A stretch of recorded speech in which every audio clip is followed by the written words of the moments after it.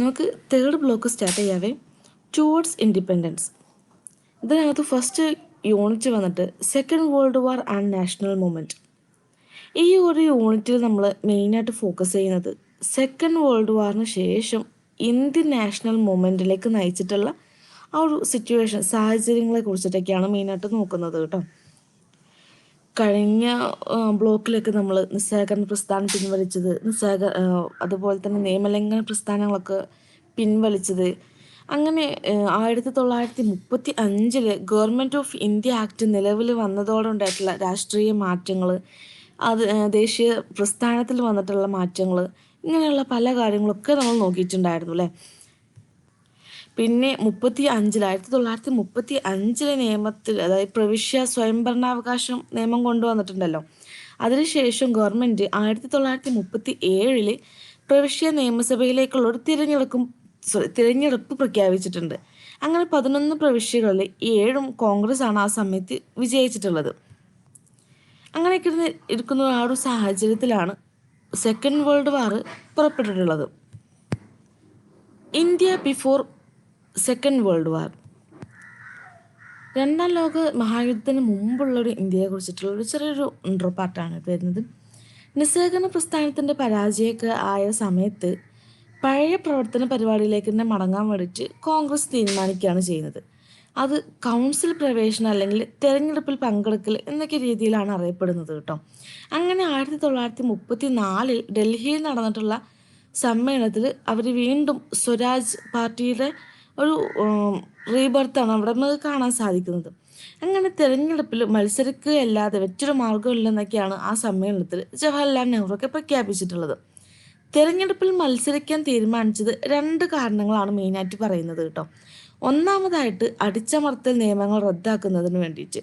രണ്ടാമതായിട്ട് പറയുന്നത് വട്ടമേശ സമ്മേളനത്തിൻ്റെ ധവളപത്ര നിർദ്ദേശം നിരസിക്കുക എന്നുള്ളതാണ്.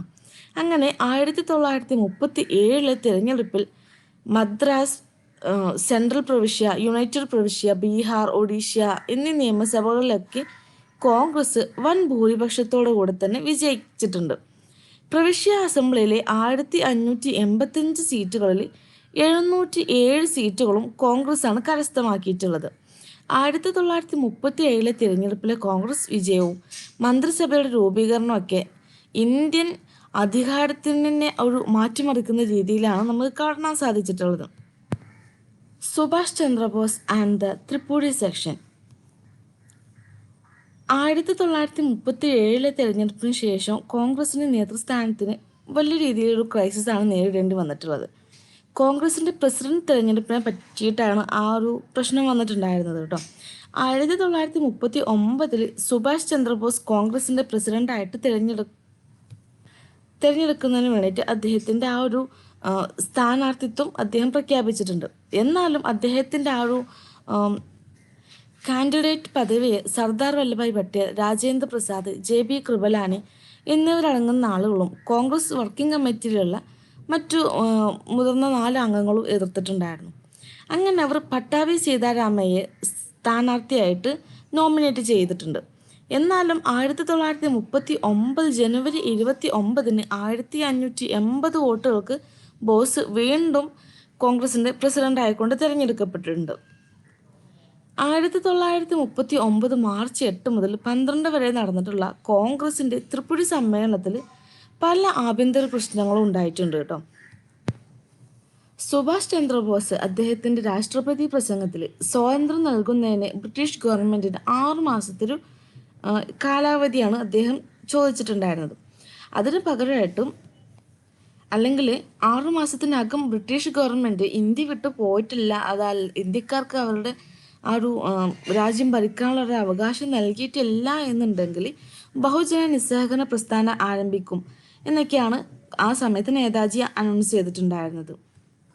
എന്നാൽ ഒരു ബഹുജന സമ്മേളനം അല്ലെങ്കിൽ ബഹുജന പ്രസ്ഥാനം തുടങ്ങാൻ പറ്റിയൊരു സമയമല്ല എന്നാണ് ഗാന്ധിജി ആ സമയത്ത് അദ്ദേഹത്തിനോട് പറഞ്ഞിട്ടുണ്ടായിരുന്നത് കേട്ടോ. കാരണം കോൺഗ്രസോ ജനങ്ങളൊന്നും ആ ഒരു സമയത്ത് ഒരു ഫൈറ്റ് ചെയ്യാനുള്ളൊരു അവസ്ഥയിലായിരുന്നില്ല ഉണ്ടായിരുന്നത്. മറ്റൊരു പ്രശ്നമായിട്ട് പറയുന്നത് എന്താണെന്ന് വെച്ചാൽ ജനപ്രതിനിധി വന്നതുകൊണ്ടാണ് അദ്ദേഹത്തിന് ആ സമയത്ത് പ്രസിഡന്റ് ആവാൻ സാധിച്ചിട്ടുള്ളത്. അതിനൊക്കെ ഒരുപാട് ഭൂരിപക്ഷമൊക്കെ ലഭിച്ചല്ലോ. അങ്ങനെ കിട്ടിയിട്ടുള്ള ജനപ്രീതിയും ഭൂരിപക്ഷത്തിൻ്റെ പ്രാധാന്യമൊക്കെ തെറ്റായിക്കൊണ്ടാണ് അദ്ദേഹം വിലയിരുത്തിയിട്ടുള്ളത് എന്നാണ്. കോൺഗ്രസ്സുകാർ അദ്ദേഹത്തിനോട് വോട്ട് ചെയ്തത് അദ്ദേഹത്തിൻ്റെ തീവ്രവാദ രാഷ്ട്രീയത്തിന് വേണ്ടിയിട്ടായിരുന്നു, അല്ലാതെ അവരുടെ ദേശീയ നേതാവാകാം അല്ലെങ്കിൽ ഒരു മിതവാദിയായിക്കൊണ്ട് അവരുടെ നേതാവാകാൻ വേണ്ടിയിട്ടായിരുന്നില്ല ആ സമയത്ത് അദ്ദേഹത്തിനെ വിജയിപ്പിച്ചിട്ടുണ്ടായിരുന്നത് എന്ന രീതിയിൽ പല ആളുകളും പറയുന്നുണ്ട് കേട്ടോ. ത്രിപുരയിൽ വെച്ചിട്ട് ഗോവിന്ദ് ബല്ലഭ് പന്ത് ഗാന്ധിജിയുടെ നേതൃത്വത്തിൽ പൂർണ്ണ വിശ്വാസം പ്രകടിപ്പിച്ച് ഒരു പ്രമേയം അവതരിപ്പിച്ചിട്ടുണ്ട്. അതിനാൽ ഭൂരിപക്ഷ പിന്തുണയോടെ ഗാന്ധിജിയുടെ ആഗ്രഹത്തിന് അനുസൃതമായിട്ട് തന്നെ ഒരു വർക്കിംഗ് കമ്മിറ്റിയെ നോമിനേറ്റ് ചെയ്യാൻ വേണ്ടിയിട്ട് അദ്ദേഹം ബോസിനോട് ആ സമയത്ത് ആവശ്യപ്പെട്ടിട്ടുണ്ട്. പക്ഷെങ്കിൽ അദ്ദേഹം അതായത് ഗാന്ധിജി ബോസിൻ്റെ ഈ ഒരു ആവശ്യത്തെ വിസമ്മതിക്കുകയാണ് ചെയ്യുന്നത്. മാത്രമല്ല അദ്ദേഹത്തിൻ്റെ താല്പര്യത്തിനനുസരിച്ചുള്ളൊരു കമ്മിറ്റിയാണ് നോമിനേറ്റ് ചെയ്യുന്നത് എന്ന് അദ്ദേഹത്തോട് പരസ്യമായിട്ട് പറയുകയും ചെയ്തിട്ടുണ്ട്. അങ്ങനെ വെല്ലുവിളി സ്വീകരിക്കാൻ വേണ്ടിയിട്ടും ബോസ് തയ്യാറായിരുന്നില്ല. ഗാന്ധിജി തൻ്റേതായ രീതിയിലാണ് അദ്ദേഹത്തിൻ്റെ പ്രസ്ഥാനത്തിൻ്റെ നേതാവാകണമെന്ന് ബോസ് ആഗ്രഹിച്ചിട്ടുള്ളത്. പക്ഷെങ്കിൽ ബോസ് ലാസ്റ്റ് ഈ ഒരു പ്രസിഡന്റ് സ്ഥാനം രാജിവെക്കുകയാണ് ചെയ്യുന്നത്. പകരം രാജേന്ദ്ര പ്രസാദിനെയാണ് വീണ്ടും തിരഞ്ഞെടുക്കപ്പെട്ടിട്ടുള്ളത് കേട്ടോ. സുഭാഷ് ചന്ദ്രബോസും അദ്ദേഹത്തിൻ്റെ അനുയായികളും ഫോർവേഡ് ബ്ലോക്ക് രൂപീകരിച്ചതായിട്ടാണ് പിന്നീട് കാണാൻ നമുക്ക് സാധിക്കുന്നത്. കോൺഗ്രസിനുള്ളിലെ പുതിയ രാഷ്ട്രീയ പാർട്ടിയാണ് ഈ ഒരു ഫോർവേഡ് ബ്ലോക്ക് എന്ന് പറയുന്നത് കേട്ടോ. 1939 ജൂലൈ 9 AICC പ്രമേയത്തിനെതിരെ അഖിലേന്ത്യാ പ്രതിഷേധത്തിന് ബോസ് ആഹ്വാനം ചെയ്തിട്ടുണ്ട്. ഈ ഒരു പെരുമാറ്റത്തിന് ബോസിനെതിരെയാണ് വർക്കിംഗ് കമ്മിറ്റി ആ സമയത്ത് നിലപാടെടുത്തിട്ടുണ്ടായിരുന്നത്.